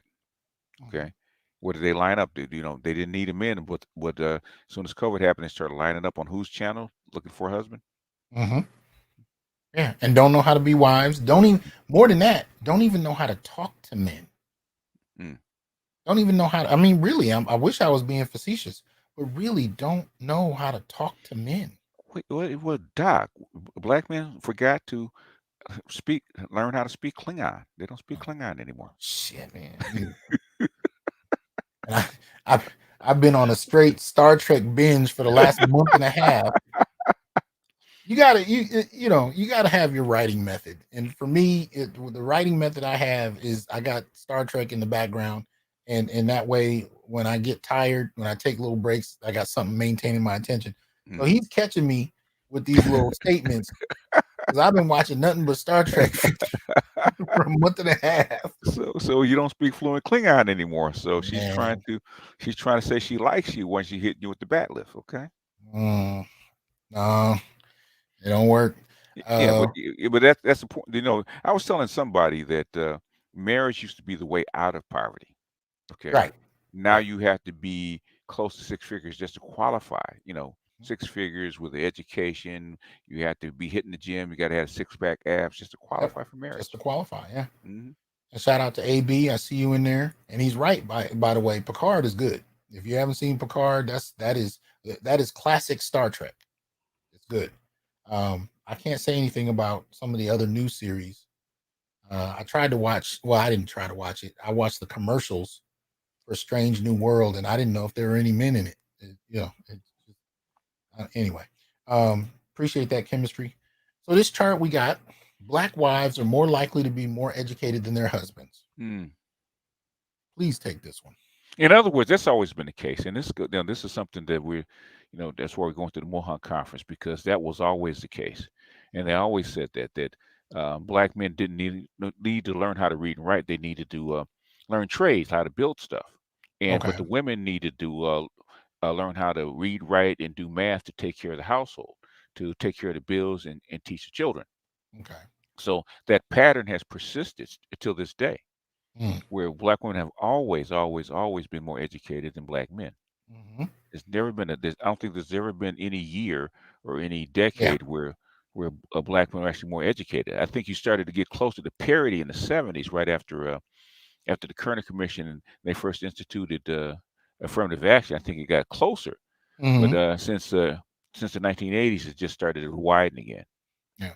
Well, and what we saw in the 70s too is that, I mean, prior to the 70s, being educated was cool, but it wasn't necessarily the doorway to middle No, class stability, or upper middle class stability for that matter. And in the 70s, we started to see more of that. So yeah, even though you always had women that were more educated than men in the black community, that didn't always translate to resources. Hell, for a good portion of those women who were going to college in greater numbers, they were dealing, especially grad school, right, they were dealing with men who were blue collar workers paying their way, or yeah, the yeah, costs were much lower back then, but still, yeah, they had fairly stable earning husbands. So men didn't have to necessarily go to college to do well, and in fact, right, they were actually taking care of many of these women who were in school. yeah, But once we start to see college as some kind of entrance into middle and upper middle class life, now that education takes on different meaning. hmm, And if you're not able to participate in the same kind of way, and because the work strategies black men have had for generations are now working against us, especially during deindustrialization, right? When hmm, you take these factories, these blue collar jobs overseas, the strategies that worked for us in World War II, right, that brought us to the north, brought us to the Midwest, brought us to the West Coast, the East Coast, coming in for factory jobs. Now those strategies are working against us once those jobs aren't there anymore. And now college is the way in, but the sisters kind of are in there more. So those things our work strategies end up working against us. Yeah. Yeah. So now you have a different environment, and the strategies that we used to have don't work anymore. Like I said, the math doesn't math anymore. Yeah. And so now that's how come we have what almost 75% of women not married. Hmm. Yeah. But they find that the illusion of being independent ends up, really costing them when it comes to a major societal change Hmm. where two incomes would now be desirable. Hmm. And not only is that not happening, but you don't even know how to talk to the men that could help you with that. Yeah, they're not trained to be wives anymore. So, so black wives are more likely to be more educated than their husbands. So Hmm. you see black men almost at 60% being Hmm. less educated. See, this has an impact. I've been Yeah, trying to tell people for the longest, don't just look at the statistics that say, well, in 2023, X% of black men went to college, and it looks like it's damn near black women, the same numbers. So what's the problem? No, go back to the 1970s to now, and you'll find black men have half the degrees black women have. So these, right. it's important for us to put this in context. Yeah, I remember there was a professor that doubted that, right? So she went, she went back to her records from her HBCU, right? And I think she had graduated in the '60s, and Okay. she found out that back then the ratio was 3 to 1. Okay, even back then, And so she imagined it differently she imagined it differently. than the She found out reality. Yeah. it was 3 to 1 even back then. Yeah. I mean, I remember tripping up on an article, I think back in 2020, that said Hmm. that black men were an endangered species at HBCUs then in Yes, 2020. in 2020. Yeah. Now, because I never went to an HBCU, I always wanted to, never went. I just assumed that's where, the brothers were. But when you start seeing these data points coming out, especially, we're looking at places like Howard. Yeah. Yeah. Anyway, What's 70% female? Yeah. yeah, absolutely. And unabashed about it. They aren't even upset about it. But anyway, household income gaps by race and education. All right. So yeah, white people are the dark blue line. You got black people as the lighter blue line. So those with high school degree or less, you see it on the left. Those are Hmm. the with at least a bachelor's on the right. So a serious difference in income. Hmm. you know so and this is important too, because we like to, I hear a lot of people dismiss college, and I ain't mad about it. It is what it is. I'm not trying to tell everybody to go to college, but look at the data. Hmm. I know we all have this idea that, if you just don't go and you'll still be a millionaire. I hear guys talking, I'm like, if you look, if you can, I'm happy for you. But Hmm. the truth is, for the majority of people, most people are not going to start an award-winning YouTube channel that pays them six figures. Most people are not going to create and invent a new item that's going to make them millionaires. Most people are going to get whatever job is available, and then they're going to go from job to job to job Yeah. until they physically can't work anymore. And most people don't have the skill or the education to get into IT just off the bat and start making hundred Exactly. thousand dollars a year. It doesn't work that way. People they try to push you that way, but it doesn't work that way. You got to have a lot of math and Yeah. reading ability to actually do that kind of stuff. It just you just can't roll into it one day and say I'm just going to start coding and Well, $100,000. You got to have some kind of background. but you know what, that's consistent across the way through. We like to act like all of this shit is accessible to everybody. If you look at the people that even have, let's stick on YouTube. Let's stay on that for a second. Hmm. Even if you have one of the top YouTube channels, that means you have to have a skill Yeah. at engaging people through Yeah. media. I don't care if you're professionally trained or not. You still have to have a skill. Everybody can't just do everything. And so one of the things we have is we end up in these spaces where you have a small number of people that have particular skills that work for them, Hmm. making grandiose statements about what the majority should do. And they treat the majority like everybody has the same level of skill. It's just at different things. Yeah. That's not how it works. That's not how it works. I'm sure there are plenty of people that have skills. Some of them may be skills you can bank on and monetize, and others that don't. But the Mm-hmm. point is, the reality is the majority, if not especially trained, and Mm-hmm. and if they don't have a particular acumen for, a particular skill set that they can build on with that Right. training, they're going from job to job. And that is not necessarily a failure. That's just the reality of life for the majority. If you got a wicked jump shot, that's great. If you build on it with training and practice, that's great. If you become an Mm-hmm. NBA All-Star, that's great. Yeah. Everybody ain't got that jump shot. You don't have a jump shot or the work ethic. You don't people that do not know how many hours you got to put in per day Mhm. to actually make it to the NBA. It's not that easy. Yeah, a lot of the best guys I grew up with that could ball like nobody's business, Mm. they're not in the NBA. No, no, they don't Some have of the them work didn't ethic. even finish high school on the high school basketball team. Yeah, Just because you have the skill doesn't necessarily mean it translates. yeah. You don't have the work ethic. So what I want to say, just looking at this chart, as much as we want to act like school, college means nothing, look at this. Yeah. On the left, yeah, I mean, we whites make more in both, but if you look at it, the more for those who have a high school degree or less is 56,000. Mm-hmm. That's the more they make more. Black folk are at 50,000, right? But then you get over to the bachelor's degree, they make 111,000. Black Mm-hmm. folk make 97. These are still important data points. Yeah. It's not just about whites making more. It's also about looking at the role education. And education can mean a lot of different things, but Mm-hmm. still, let's stop pretending like these things have no impact. And these are the black people and the men that actually make it and get a college bachelor's degree. What is it? 16%? Hmm. Hmm. Yeah, and if Sixteen it, percent of black men? and we also know, if you talk about six figures, which is what this on the right is for those with at least a bachelor's, Right. we're really talking about 10% of America. Mm-hmm. Roughly we're talking Right. about 10% of America. So our economic system is not designed for everybody to be six-figure earners. It'd be virtually impossible. It's not Yeah. happening.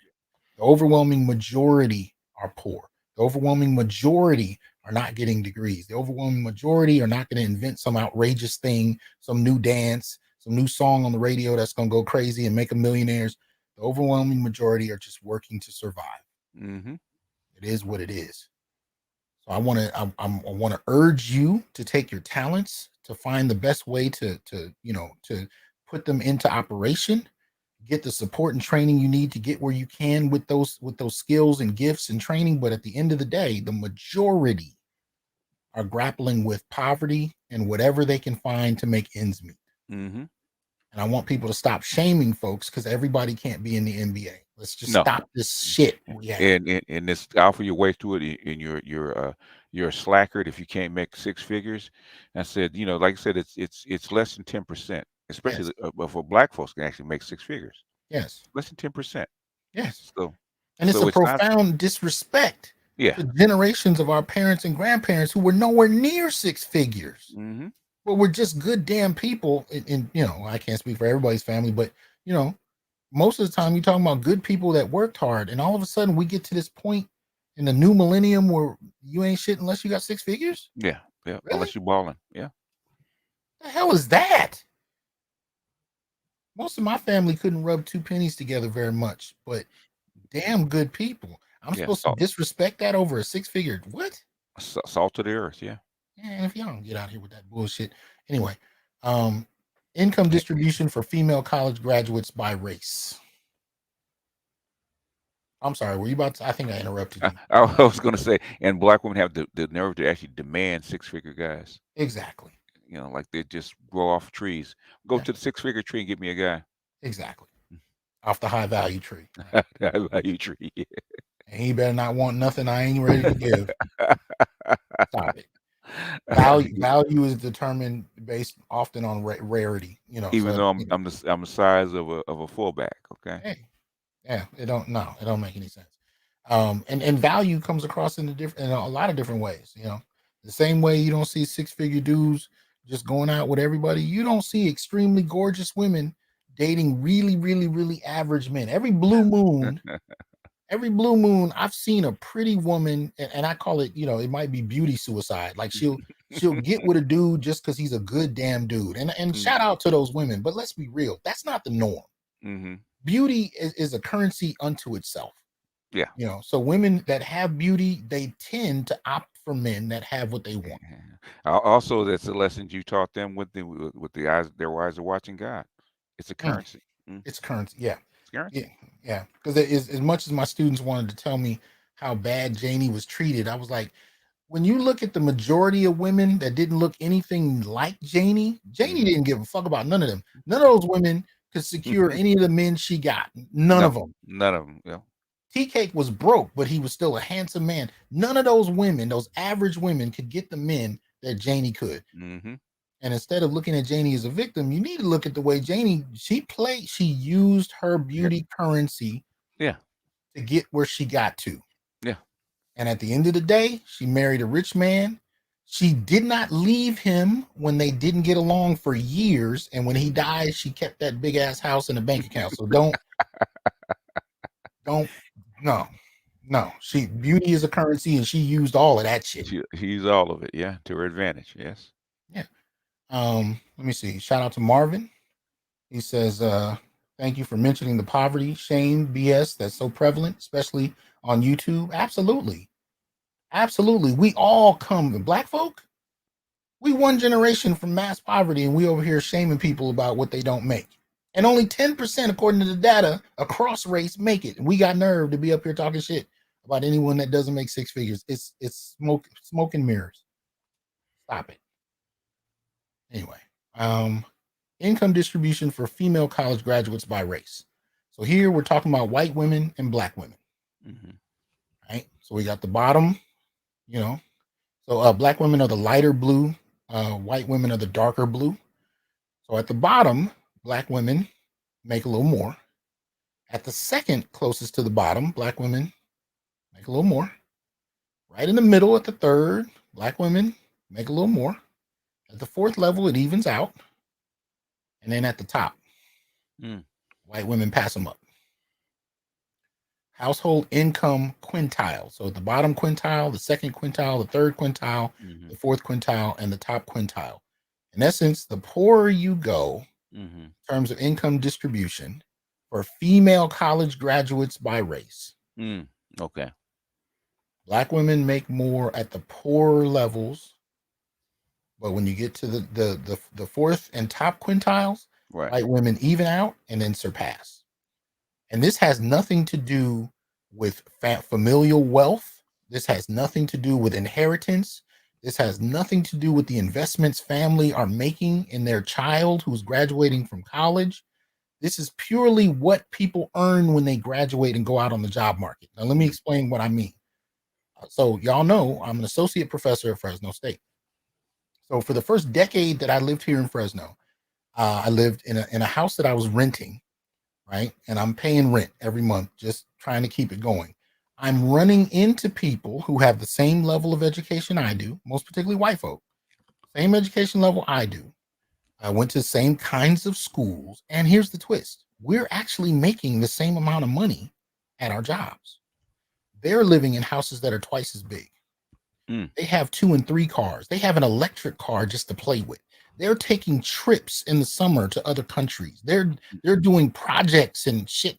And when I'm going to these people's houses for events and gatherings, because we all work at the same place. Now remember, we have the same education, we make the same money, we work at the same place.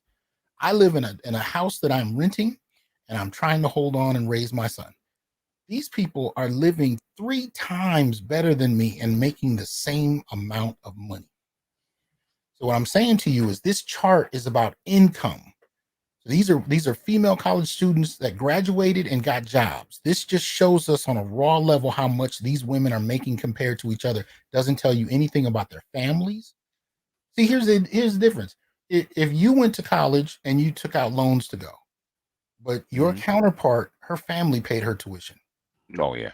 I saw this all the way up through doctorates. I went to, I think I've said this before. I went to a wedding when I was doing during my PhD, doctoral training. I went to a wedding, some colleagues. When the father stood up after the ceremony, he had 2 keys in his hand.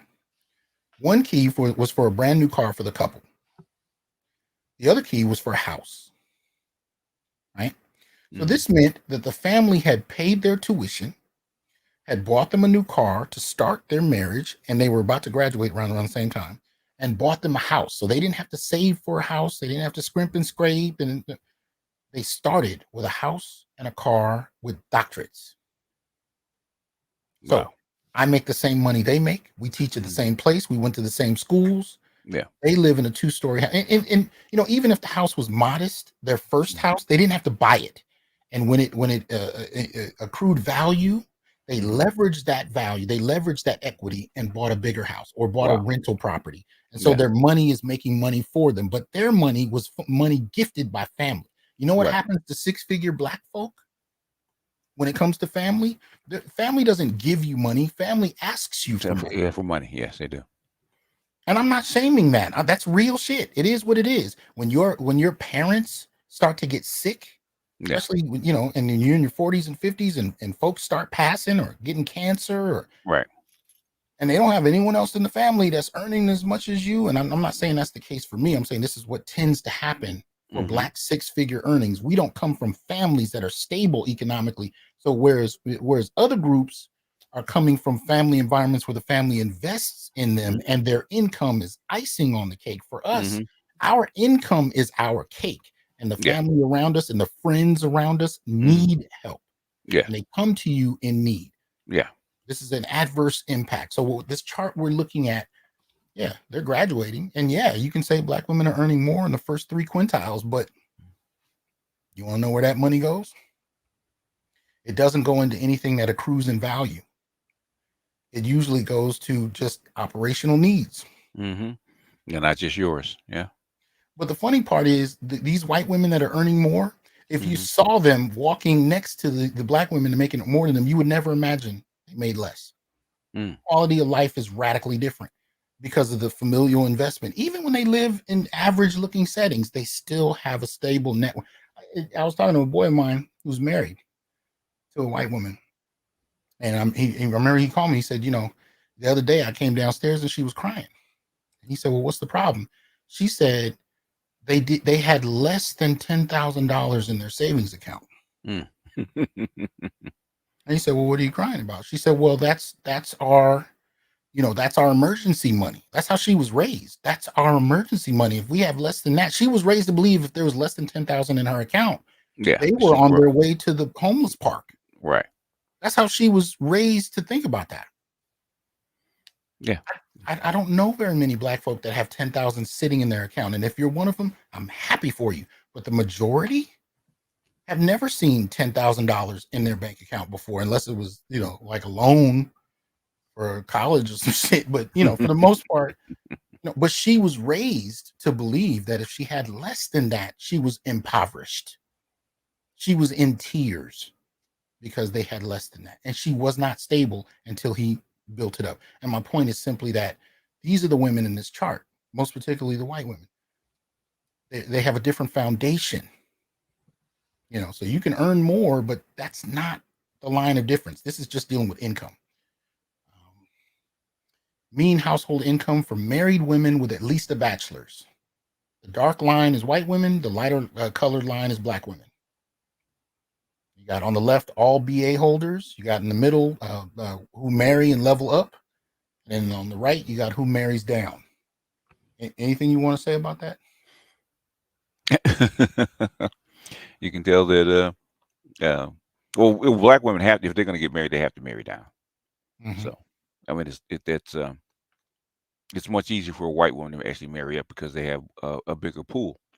But Black women, even though they don't want to, they have to marry down. Mm-hmm. I hope you guys are seeing some of these notes, right? Dr. CD2 said facts. He said, I just had to drop a few G's helping with my late grandma's estate. You got Quiet Storm said that's a fact, Doc. My biological mother just asked me for a stack after no contact for the past That's 5 years. yeah. She's also married to a fully capable husband. Yeah. Yeah, I mean, especially now, you got people on fixed incomes trying to keep up with the rising inflation. Mm-hmm. And this is what BGS is talking about all the time. People are, That's the matriarchy. Matriarchy is a pool. That's the difference between a matriarchy and a patriarchy. A matriarchy is a village. So if one person has it, they will ask you for it, Yeah. and they feel justified. Check this out. G. Warren says, "Yep, almost tapping into 200,000 per year as a black man, and my mother, who's single and never had anything, thinks my job is to send her money multiple times a month." Mm-hmm. Well, yeah, because at the end of the day, you become their retirement plan. Mm-hmm. I mean, this whole issue of independence is deep, right? Because in order to have female independence, all you've really done is replace the husband with 5 or 6 different men. Whether it's city workers, Mm-hmm. repairmen, Mm-hmm. whatever it is, the institutions even they're replacing a man. So Yeah. just to have this idea of independence, it's an illusion. But Yeah. one of the biggest investors Yeah. to replace the husband is a child, right? And Is a so, child is a good. child, and also the family around you. Okay, if you're a single woman, um, basically, especially if you're black, okay, you have a network of families that actually have to come help you. I forget who it was. One celebrity that wanted single men to come help her, with her child, ready help tutor her child and help her, come help fix things, right? In other Mm-hmm, words, they depend on the familiar network, and that's mm-hmm, like that it used to now want to get women married off because single women actually a burden to the family because you're supposed to have a man to help you do that kind of stuff. mm-hmm, So if you need help with the kid or babysit the kid needs something to eat or you need something fixed, okay, they have to tap into the family network instead of a man, a working class man actually providing that. mm-hmm. Okay, so we have to go through that all the time with my daughter. But this Go ahead. but this is also tied into what we were talking about Mm-hmm. earlier in terms of the investment in girls Mm-hmm. and education, because girls go through this too, in the sense that you have mothers that are using their kids as retirement plans. Mm-hmm. They're not focusing on investing in the kid even into adulthood. They're saying once this child comes of age and starts making money, they will take care of me. And Right. that's so common. We don't Yeah. think there's anything wrong with it. But when you look at how other communities with means function, it's the other way around. Yeah. The parents still invest. I mean, you got parents that are still helping 40-year-old children with down payments for property. Mhm. You know what I mean? Yeah. But in our community, often you'll see single mothers, most particularly, who are looking at their kids and saying, "Okay, I'm gonna put this one in school. I'm trying to get this one in the NBA." The Mhm. idea is they are my retirement plan. Yeah. Yeah. The yeah, when they put the kid in sports, they're looking for a lottery ticket. Yeah, it's a lottery ticket mentality. Mhm. Shout out to is it Dell for sale. He says my best friend, an Asian guy, his family did the exact same thing for him when he got married, bought him a car and a house in San Francisco. Do you know how Mhm. much a house in San Francisco is? Are you you know what I mean? That's no lightweight investment. That's some serious business right there. Somebody buy you a house in San Francisco? Are you fucking kidding me? But see, that's the guy that I would work with, right? We make the same amount of money. We went to the Mhm. same kind of schools, Mhm. right? I'm coming out of relative poverty and I'm still helping family. He got a house in San Francisco. And that's the guy I see when he invites me over for Thanksgiving and I go to his house. And I'm like, we teach in the same damn college. And his house is, that's how this goes down. Yeah. Yeah. You start off with a deficit. Start off at a deficit. Absolutely. Mhm. Mhm. But in terms of this particular chart, mean household income for married women with at least a bachelor's. Anything you want to say about this? Mm. Yeah. Well, yeah. It's about right. It's about right. Yeah. BA holders, women who married up, women who Yeah. married It's down. married down. Yeah. Well, yeah. Let's say women that marry down. Well, black women have to marry down, even though they complain about it. Hmm. Um. Even the thing is, what's happening now the reason that Brookings is actually into it because white women have to start marrying down when they didn't used to. Yeah. The black white men are almost in the same position as black men, so these bars are actually getting closer. And the other thing this chart doesn't tell you is that the light blue line for black women is really about 1 in 4 black women. Hmm. It's not all black women because this chart is mean household income for married Married women women with at least a BA.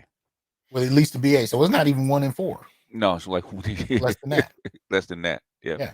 So, so this is a small percentage of women. So you have a much larger percentage of white women who are making more in terms of their income in Mm-hmm. relation to their marriage, Mm-hmm. and a much smaller percentage of women. These black women are a fraction of these white Yeah. women, and they're still making less. So this is what there's a lot in these charts Mm-hmm. that you have to study a number of other charts to bring to bear. But that was the last one. But I just wanted to add that to the discussion. So we went from high school to college to marriage, and we're looking at how these different data points kind of reveal the quality of life issue we're talking about. Yeah. Right. So when I call this differences in Black life options, racial and gender disparities in education, these disparities, these differences in access have long-term impact on Black men in particular, but on Black folks' quality of life. Mm-hmm. In black families, Yes. imagine if there wasn't sex in the civil rights bill, it's just Oh, please. race. Black men. There was a brief moment Mm-hmm. where the option on the table was for Black men to actually have employment that set them on par with others. Mm-hmm. Yeah, with white men. Yeah. Yeah. And that opportunity was dashed off the table before a check was signed to anybody. And And instead of giving it to black men, they gave it to white women. yep, they sure did. Mm-hmm. They gave the bulk of it to white women, and then they split Black women in terms of this kind of compound interest, right? So now you had companies that could say, you hired a Black woman, you got 2 for 1. Mm-hmm. So they gave the majority of those resources to white women, and then they gave a smaller percentage of those resources to Black women. And men got the crumbs. Black men got the crumbs. Black men got the crumbs. Society ignored them, and Black women said, "You ain't shit because you can't do what I do." Yep. And now these are very generic and general narratives, but they're consistent enough for scores of Black men to reach out to me and say, "That's my story. Mm-hmm. That's my father's story. That's my grandfather's story. My father and I sat down and listened to your show, and we made our son and grandson listen as well because this shit happened to us. Mm-hmm. And now my father's telling me stories. We'll pause the show, and my father will tell me stories that not only affirm what you guys are saying, Mm-hmm. but give me detail on my own upbringing I didn't know about. Yeah. Because now they're telling me, oh, well, this is why we had to move here. This is why we had to leave this place. This is why we got a divorce because this happened and that happened. Tied to everything we're talking about. This is Black life. Yeah. Yep. And guess what? Guess whose fault it is? You're right. It's always Jermaine's fault. It's always you ain't shit for that. God damn, man. I can't. Can't take Ooh, me nowhere. can't take me nowhere. Always Jermaine's fault. Always Jermaine's fault. Who gets the blame for it? You Yeah, know, in there every article, every special. Okay, black men are not doing enough.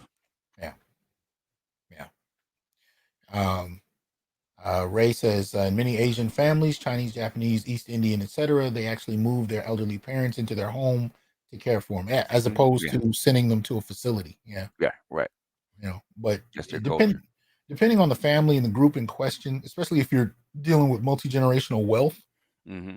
those elders have paid into the family considerably. But Yeah, it all depends. Some came from poverty, but they still provided the early structure for families to scaffold up. You know, mm-hmm. so you talk, especially when you talk about those families like Korean families that came from Korea and they're owning liquor stores and they're living multiple families to an apartment. That was the foundational scaffolding that other generation. So the next generation went to school. Next Yeah, generation was able to get middle class status. That was the scaffolding that allowed them to build up. So they're still paying into it, but they're yeah, coming out of very particular situations. Black folk been here for centuries, and this is what we're still seeing in 2023. yeah, yeah. And basically, me and Doctor talked about this. If you just look at the amount of hours studied by a student in uh, in Yeah, grade school, middle school, and high school, right? It almost maps out 1 to 1 who makes the most money, Mm, almost 1 to 1. It's mm, habits that are formed. It's habits that are formed, and some things we can't do anything about it. You can't always put your kid in better schools. You can't always make more money. You can't always uh, buy them tutors or get them tutors. But the thing is, what you can do is get them to study a little longer mhm, and be present. And that hasn't translated, and that's probably why the why boys do better, especially black boys do better with their fathers, because their mhm, fathers their fathers do see the correlation. mm. Yeah, discipline is a whole nother structure as Discipline well. and a whole nother structure as well. Yeah. But but environment plays a big role in this. And if you're not in an environment, I mean, I can tell you, even as a kid, when we got home from school, my mother didn't get home for another 3 or 4 hours from work. Hmm. Right? We're in an environment where we studied, but it wasn't like there was a structure to it. We just finished our homework and then watched TV. It Hmm. wasn't we didn't have study groups. There were after school programs, and I remember my Asian and Jewish associates at school. They Yeah. went from school to after school programs that their parents paid for. Yeah. We went from school to homework to chores to cartoons, Yeah. really TV. I mean, we were TV kids. That was, Yeah. so we did homework, chores, and TV. And And you can see the incline, the difference over time, yeah. that would play out in terms of opportunity and access. It just so happened that my sister and I, our skill sets were that we were smart.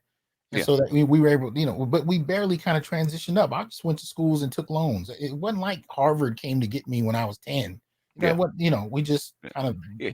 weaseled through But the fence. but there's also you saying that. I think there's something that you said, because you are a professor. You do see this on a college level, right? Um, as a kid, black kids learn in isolation. Like when you go home, you don't have study groups or groups that you study with, and that translates to college. But what did you say about how black kids learn or black kids study even in college? Yeah, they tend not to study in study groups. They tend to study by themselves, statistically more. And I found this out when I was an assistant dean at the Claremont colleges. My job was to help students learn how to study. Hmm. Now the twist to that is the Claremont colleges are fairly elite. They're like West Coast Ivy League. So Hmm. I'm helping. I don't want to call them elite black kids, but they were black kids that were able to get into an elite school Hmm. and still didn't know how to study and still didn't learn to study with groups. That's not how we function. And these kids were at the top, Right. and those still weren't practices that we were taught. So I Yeah. was working with them and finding that out on a very real level, you know, that had a severe impact on their performance. And what I'm seeing at a state school, which is what I wanted to teach, because that's where I Hmm. went to school, I wanted to help more kids like me. So when I finished my doctorate, I wanted to go to the same schools I went to find, kids like me that just needed a little help, needed somebody to kind of grab them, because that's what I had. I had a mentor that saw the talent and snatched Hmm. me up, and I wanted to be able to provide that for others in that situation. But here, what I see, at the schools I'm at now, like even now in the last few years, teaching from home, teaching on Zoom or that kind of thing, Hmm. the majority of my black students are the ones taking classes on their phone. Yeah. Most of the other kids have a desktop, have a laptop, they're in a stable environment, they got a stable internet connection. My black students, they're in class on their phone, either sitting in their car in front of an institution where they're just kind of trying to use the Wi-Fi. Some of them are in class on the phone working. Hmm. So they're boxing shelves while listening to the class. The rest of my students are paying full attention, sitting in stable environments. My black kids on their phones working. That plays out in terms of the long run. That plays out in terms of the grades, the performance, but the long-term performance, all of those things have an impact in terms of how we perform. But anyway, um, like I said, BGS, I appreciate you coming up. It was last minute when I asked you. You always come in and put it down. Any closing thoughts you want to leave people with in regard to any of this? Yeah. But the thing is that what we're learning is that uh, how our culture actually impacts not only um, who we marry, our education, how and even how much money we earn, even how we study. Like you Mhm. said, like you essentially had to learn how to study in isolation, where your Asian cohorts and white cohorts that study in study groups in middle school and high school. They're Right. paid by their parents. They actually develop different kind of habits that Right. translated into when you went to college. Mm-hmm. Mm-hmm. So it's part of the culture. So when do we actually start looking at the culture and where can we make changes in the culture? So it's not always about money. A lot of times it is, but it's not always about money.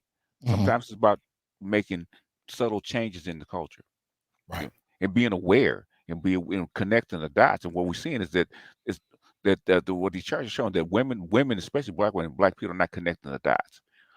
Where are the failure points? You Right. know, uh, that if you, I mean, it's something as simple as if you want an educated husband, you got to have educated boys going into college for the next group of women coming out. Otherwise, you're not going to have them. If we talk about a very base level, well, you know what? I'll say that in a second. Mhm. Because I wanted you to extend your closing thoughts. So I appreciate that, man. And as usual, I appreciate you. Um, I'll holler at you in a minute. All right. All right. Let me go ahead and close and out. So shout out to BGS. Appreciate him coming through, having a conversation. Support the BGS Evermore channel. Y'all know the deal. Support the Green Gorilla channel. Support the Dr. Ronald Neal channel. Support Dr. Thunder's channel. Support these brothers who are trying to add something to the conversation. But what was it? Something I was going to, I was just on the tip of my tongue. Oh, so here's the thing. I want to at least, leave a base level suggestion. So since we're finding that black men are the men that spend the most time with their children, right? One of the things you can do to kind of combat this stuff we're talking about is to invest in helping your kids with homework, which is what black men are already doing, but making a purposeful effort in that regard to help with that, to engage that process, support your kids, becoming acclimated to study in study groups, but not just with anybody, with people who have a track record of doing well in class, getting your children used to studying in that kind of environment. If you can afford it, investing in after school programs that are academically inclined to help your kids get ahead. These are the kinds of things that help offset this, because at the end of the day, reading, writing at a basic level have a tremendous impact. Reading with especially your sons. I don't care if it's bedtime stories. I don't care if it's a practice of having them read a half hour to an hour a day, whatever you decide to do. Anything that involves reading, especially for boys, is going to, and statistically speaking, is really going to help in their future long-term investments, their future long-term, capacity to take advantage of opportunities that will propel them further. A lot of that is predicated on access and familiarity with regular, consistent reading. So that's something you can definitely invest in with your kids. Demonstrate it, right? Have your kids seeing you reading. I'm gonna tell you, one of the most impactful things for me wasn't even really reading as a kid. I'll get to that in a second, because really a lot of that for me was comic books. Comic books was an excellent way to get me to enjoy the practice of reading. But even just my mother had shelves of books, and my father was laughing because he told me a couple weeks ago a lot of those books were his. And he didn't know about it till he came to visit and found out a lot of them books were his. Anyway. But the point is, just seeing those books every day had an impact on me. Just seeing them, familiarizing myself with the spine of the books, looking at the covers, books that were, I mean, college level when I was in third and fourth grade.